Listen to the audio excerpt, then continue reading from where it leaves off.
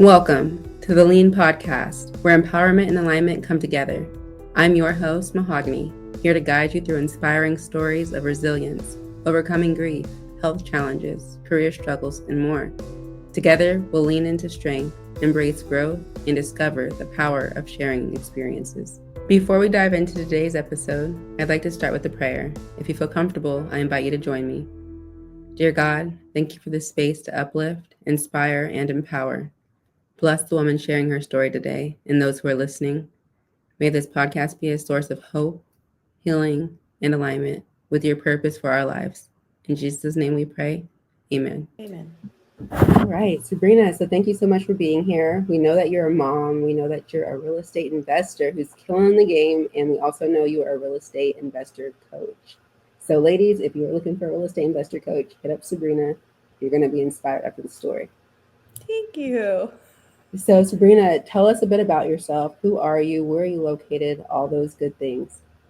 I am currently in Arizona. I just moved back here about, 4 or 5 months ago. I was in Seattle for the last couple of years. I was in Arizona before that, originally from California. I have a 5-year-old son. His name is Logan. And yeah, I do mainly flipping now. I got myself out of my 9-to-5 last year, and I just flip houses at this point. I probably started my real estate journey 6 years ago. I started becoming an investor real serious 4 years ago. I'm also a licensed agent in Arizona and in Washington. That's how I started my journey, was through becoming an agent. And now I'm here. I had a little video go viral for my Airbnb and my terrible experience. So if you see my followers, that's where they came from.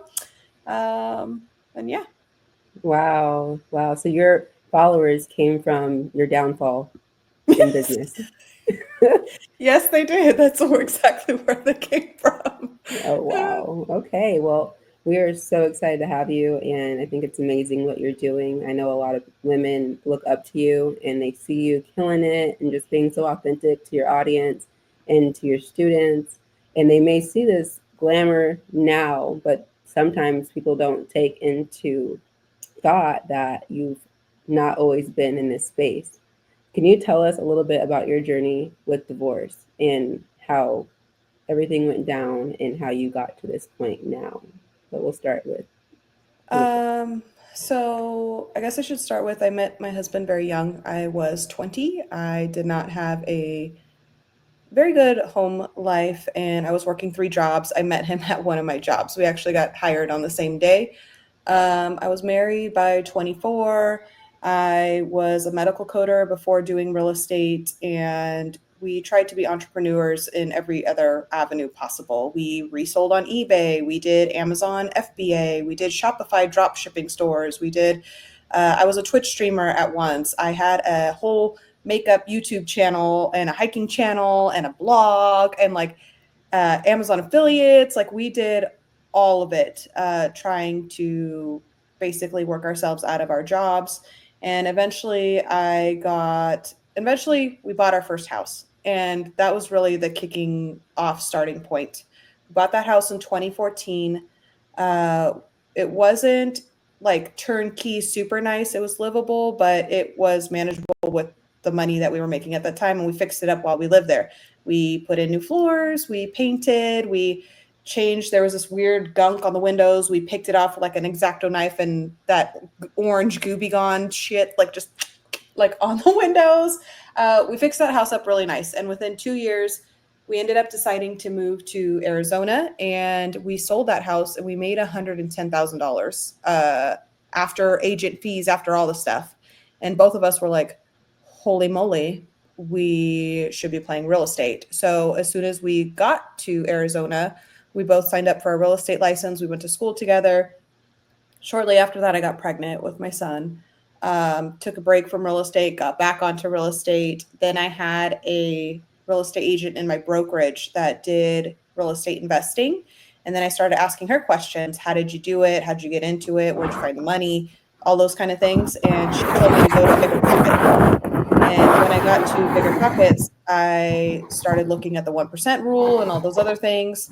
And mind you, we were looking at our next kind of fixer in Arizona because we knew what we did in California. So we're going to repeat it in Arizona. And we did. We found a fixer for around, I think it was 290, and we ended up selling that house before we moved to Washington for 550. So we played the game by living in the houses. Then I bought my first flip in Arizona, from the stuff that I learned from Bigger Pockets. Bigger Pockets is what led me to Thatch. Thatch is what led me to the rest of this entire history of real estate. Thatch is the reason why I moved to Seattle. Once we got to Seattle and once I was really heavy in real estate, I started seeing, I guess, a break of inspiration or something between me and my ex-husband. I was really gung-ho, like I'm going to do all the cold calling, I'm going to door knock, I'm going to do all these things. And he just wasn't on board with that part. Like he's like, yeah, go do it by yourself. And I was like, okay. So by me being fully focused in that, kind of tore a little separation, I think, in our marriage, as far as like I wanted all these things and he just wasn't there with me. And, one problem leads to another. And we also had a very small son. Like all of those things kind of happened all at once. Moved to Seattle. And then 2 or 3 months after being in Seattle, we decided to get a divorce. Um, the divorce took, I think, a year and a half. The paperwork was ridiculous just because we had moved states. So Logan's child jurisdiction stuff was still in Arizona, but we were in Seattle. So we had to wait for that to end. And then we had to change lawyers. And it was just a mess. My ex husband is an amazing man, and he did not fight me in any of this. Like there was no back and forth, no like custody battles, nothing like that. So nothing bad happened in the process. It was just a long process. Um, and then, yeah, I don't, now I'm here. Wow. Okay. I really admire, and I know a lot of people admire y'all's hustle on how y'all are looking for different streams of income and just hustling, trying to figure out a way to get it. And when you guys finally found it, after selling your first home, then you guys were like, whoa, hold on, there's something here. What do you think is the disconnect that y'all had for him to be willing to do all these different businesses and side hustles, but when it came to actually following through with something y'all found was sustainable, what do you think the disconnect was in y'all's mindsets at that point? He's very much the polar opposite of me. So he's very much like, everything is fine, it's chill, just go with the flow. Like, and I'm like, no, let's go, go, go. And we need to do this and we need to do that. And this needs to happen now. And we need 3 of those. And that's just how both of our natural energies are. And when it came to real estate, that's exactly what happened. I'm like, let's cold call, let's door knock, let's do these mailers, let's do this, let's do that. And he's like, hold your horses. Like we have a small son, and at that time he was a stay-at-home dad. I was also working my 9 to 5 at that time, so I was the one financially responsible for everybody, for the household. So to me it was like I was so stressed from that pressure alone, just being the financial support of the house, that then I added on this real estate stuff, and I was like, this real estate stuff's got to work because I need a breath of fresh air. I was working like 10, 12-hour days, 6 days a week at that job to have us have any money, basically, cover the bills.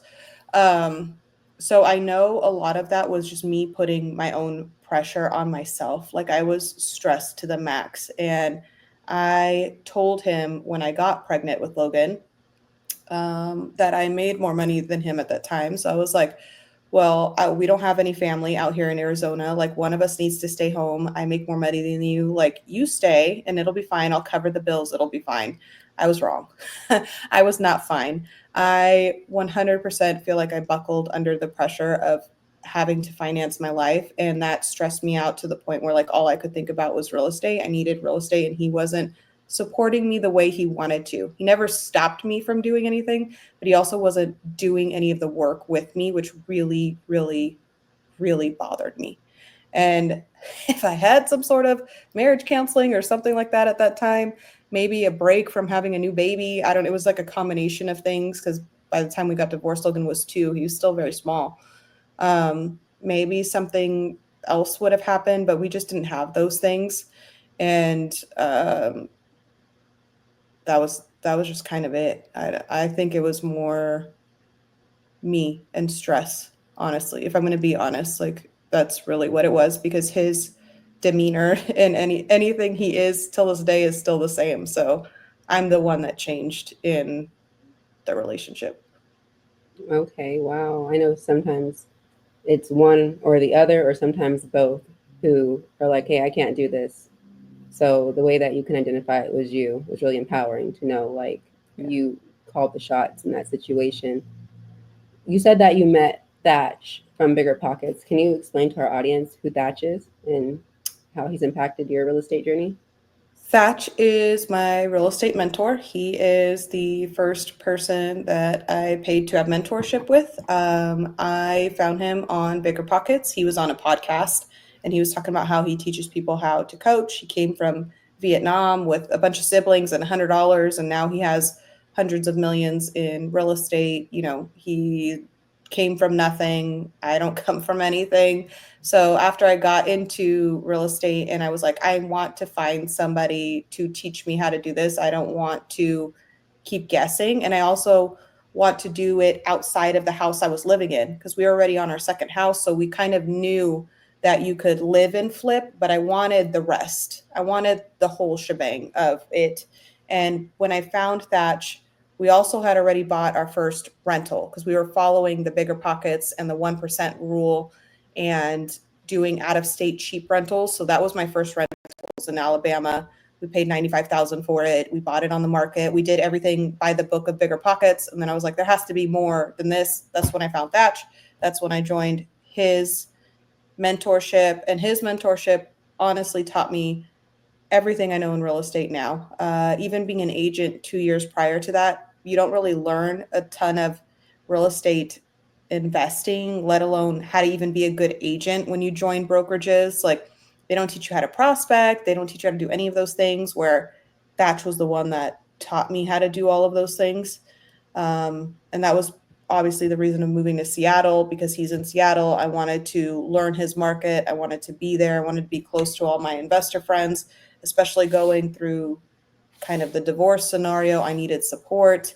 My family did not support me in my divorce, so I was not. I was looking for support. Is all I was looking for. So, uh, yeah, he is the reason I am here. I think mostly he's the reason I'm on social media. I was doing YouTube for makeup stuff, but he was like, you need to start talking about real estate. Like, why don't you talk to real estate about people? I'm like, nobody wants to hear me talk about real estate. I was wrong. So that's kind of how that went down and who he is to me. Wow, that's so empowering that you're able to find someone who could be that family. Because I know I see you often on social media and in person, and I can really tell that you're cared for in that community for sure. How did you feel initially when you realized that, hey, this is going towards divorce? Uh, I felt like a failure. I never planned to be divorced. I came from divorced family. I knew that my ex-husband was the sweetest man on planet Earth, but there was just that layer of stress. It could have still been postpartum. There was all kinds of things happening in there that could have led to it, but I really felt like a failure. What am I going to do with my life? I've been with this man since I was 20 years old, like 20 fresh being. And now I'm like 31. Like, what do I do with myself? Like, um, and now I'm going to be a single mom. And I never wanted to do that. Like, none of that was part of the plan. None of it was exciting. And I've had to do a lot of like reflection as far as like, I'm not a failure for failing a marriage or There was a part of me that blamed him for a long time, like if he had just helped me, if he had just done this and that. And then there was a moment of clarity. He was doing what he always did. Like he was helping the way he always wanted to help. And me trying to push him to do something that maybe wasn't exciting for him. He didn't want to do the cold calling. He would help me paint and like he would help me do like physical labor things, but as far as the prospecting side, he never wanted to do that. And I shouldn't have made him wrong for that. But at that moment, that's what I did. Not to say that if I didn't, something else wouldn't have happened and it still wouldn't have worked out. But once I was stressed enough with the finances, basically anything and everything he did was wrong. He was, uh, and realistically, he was just the same old guy, just he's the Pisces. I'm just flowing. Like I'm just chilling. Like that's the energy he has and it never changed. So to No, answer here your I'm a question, Pisces. yeah. You are? Yeah, I'm a Uh Pisces. are But you? that is true. That's true. We do. We You're just like, just go with the yeah. flow. Yes. Just like it's chill. It's cool. We're fine. That's not how I go. No fun. What's your zodiac sign? I'm a Taurus. You're a Taurus. Okay, yeah. Yeah, or gun ho for sure. Gun ho. What were some of the biggest challenges that you faced post divorce? What were some things you ran into post divorce? Being alone. I went straight from living at home to living with him when he was my boyfriend. So that was the first time I ever left alone. I ever lived alone. That was one of my biggest things, my biggest fears. I hated being at home alone. It's too quiet. Like I don't feel safe. Just doing everything as a single person. I was so used to doing things with him or having him do the things for me that when it came time to do everything by myself, I was like, holy moly, this is hard. I didn't have family. Um, I had springboard people around, but that's not it's not the same. I might have seen them once a month or even once a week at meetups, but that's not living support. Then I had to find a babysitter. I had to change my entire work schedule around, my prospecting schedule around, like even supporting Logan, like the days that he was like, I want daddy, and like figure out what to tell him because he was 2 going on 3. Just life, I guess, living without somebody that you just lived with for like 10, 11 years, most of your life. Like it was just a big adjustment in that sense. And then no real support or family to lean on. I was also mad at them for not supporting me and making me wrong. So I didn't talk to them. So there was like, it was very much like a very lonely-esque part right in there. Wow. I can only imagine being in that space of, whoa, this is all so new. I feel so alone. I'm in a new state and I'm like, what the heck is going on here? How did you manage to get out of that slump through personal growth and self care? I just threw myself into work, which I know is not the healthiest. At least I've learned that that is a coping mechanism to like kind of hide from your own emotions. But I really threw myself into work. I started driving for dollars. I went to every single meetup, which was like once a week, sometimes twice a week. I was working overtime. Yes, working too much is not a healthy coping mechanism. I found that out after therapy and working on it is basically like you're hiding yourself in work, like you are hiding from your emotions. So but that's what I did.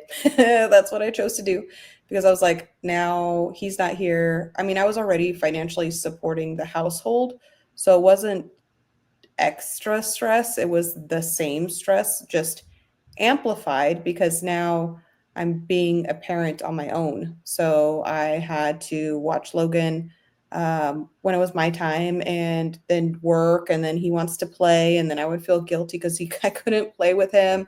And then I didn't want to take him to daycare. Like we agreed not to put him in daycare. So it was very much a balance of working and watching a 2-year-old run around and then it was a mess. But that and throwing myself in real estate, I started doing yoga, and then whatever friends were available and around to support me at that time, I would hang out with them when I didn't have Logan. So it was very much Mhm. kind of like don't be by myself whenever I had the moment not to be by myself. Like when I had Logan, we were at home, we were mom and son. But as soon as he went to his dad's house, like I was like, who's got to meet up? Where am I going? Who am I hanging out with? Like, get me out of facing my own emotions is really what it was. Wow. How did you get out of that space? Or are you still in that space? I know I see you working out all the time and killing it like that, but where do you feel like you're at when it comes to moving past that, trying to not self isolate because you don't want to be alone? I'm okay now. Now I'm actually okay alone. Like I like my alone time. I enjoy the quiet and the peace when it comes. So that's been learned since that, I guess, time. As far as the gym and my mental health, that is one of the outlets I turn to. Since moving back to Arizona and having adjust to be back here and not being in Washington anymore, I went through a little bit of a tizzy in my own head. And that's why I've been posting a lot about the gym because the gym is the only thing that's right now keeping me sane. If I go to the gym in the morning, I know that I will be more patient throughout the day. Even if I can't make it to the gym and I do a home workout, like I need to do something for myself in the morning before Logan wakes up to have the patience to be like a good mom with him the rest of the day. So like even though the gym is for your body and looking good and things like that, like my main motivation of the gym is like having patience after the gym is what I use it for. I love that. The gym is everything, literally, to me. I Yeah. agree with that. So you're back in Arizona now. What kind of support do you have now?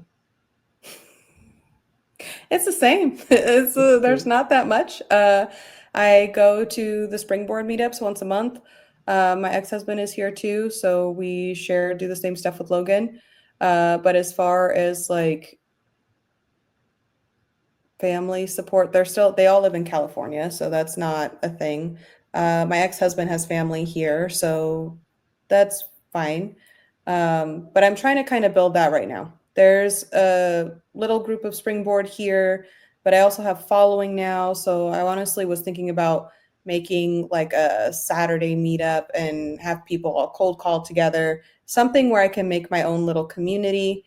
And then also through coaching, I have just clients, friends, some people that coach with me aren't even paid clients. They're just friends that want to do accountability with me that are in my group that I feel like that has now become my family. Like I check on them. I support them obviously in accountability. I hold them accountable or make they make me hold myself accountable to things.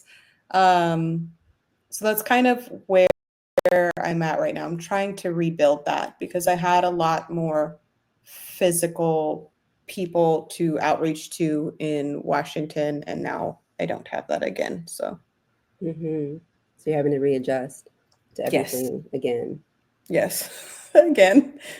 What fears and doubts did you have or do you have about what you went through, the divorce? Do you have any fears or doubts that like replay in your mind or anything like that?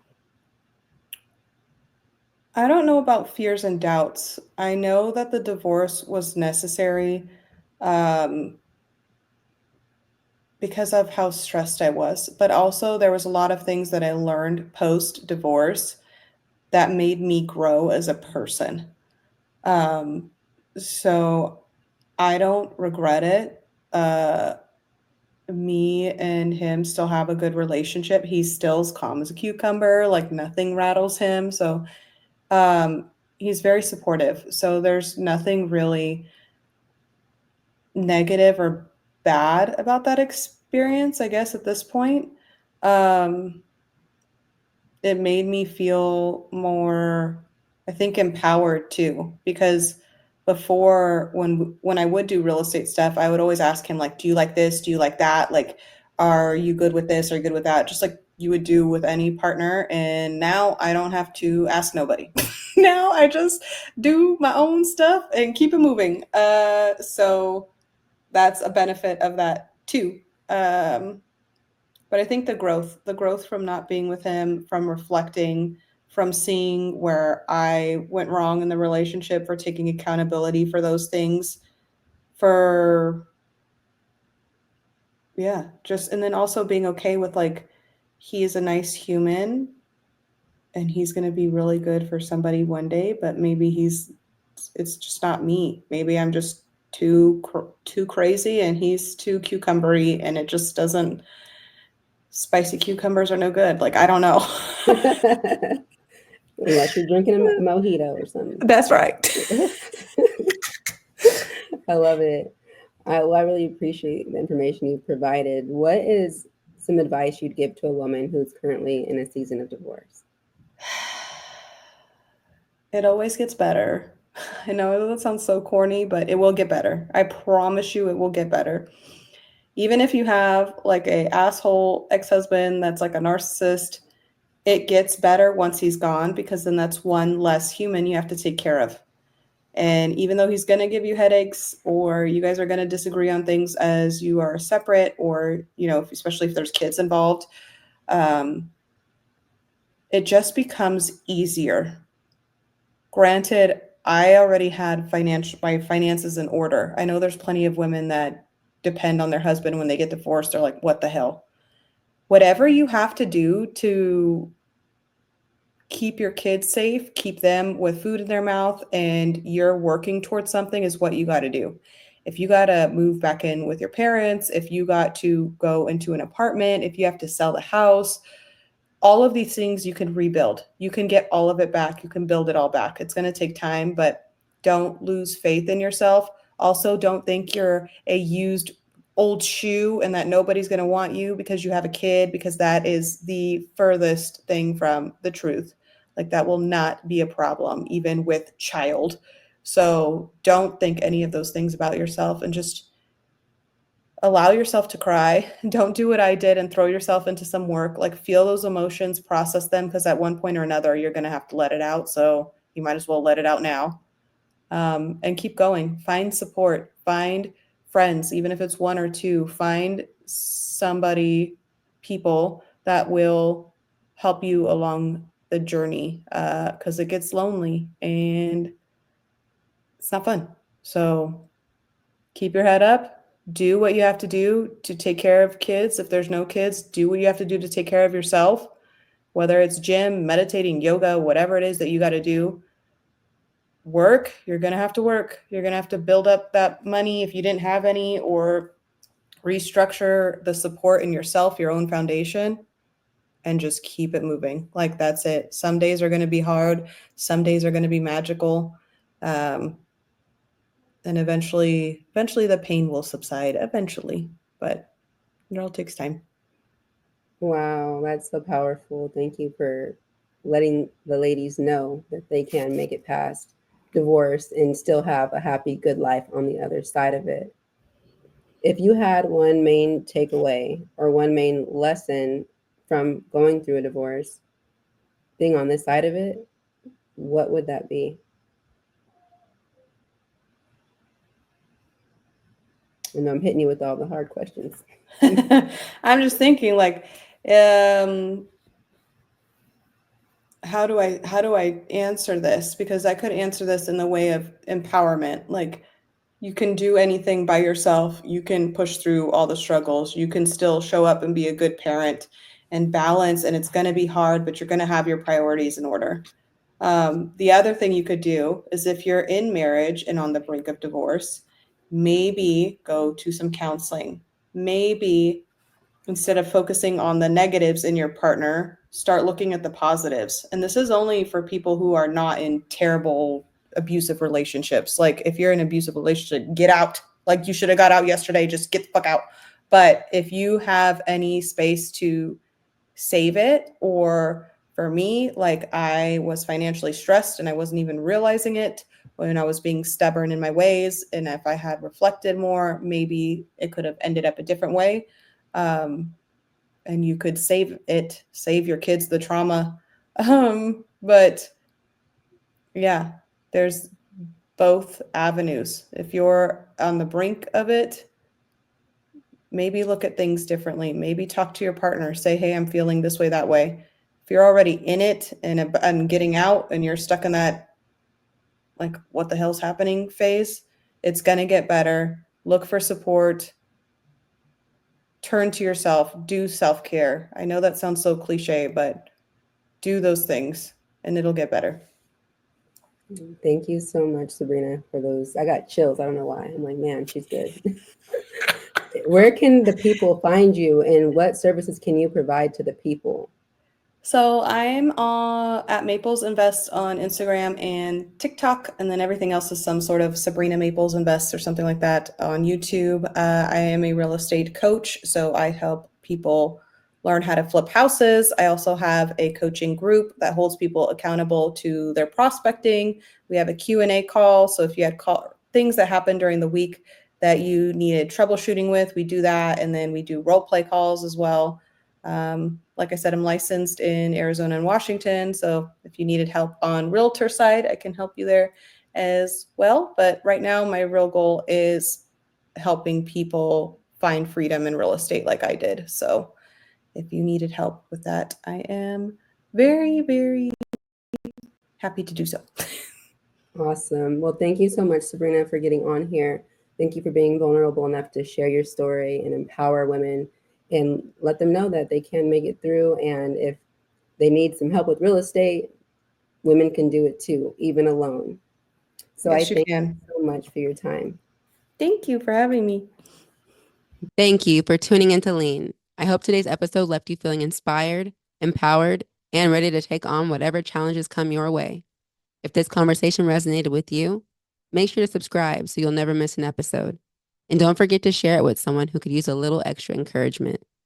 The Lean podcast thrives because of listeners like you. So let's continue to build this community. Drop a comment, leave a review, and let us know what topics you'd love to hear more about. And if you haven't yet, be sure to join our Facebook group, the Ladies Empowerment and Alignment Network, where the conversation and support continues every day. Until next time, keep leaning into growth, empowerment, and alignment. Thanks for being a part of the Lean community.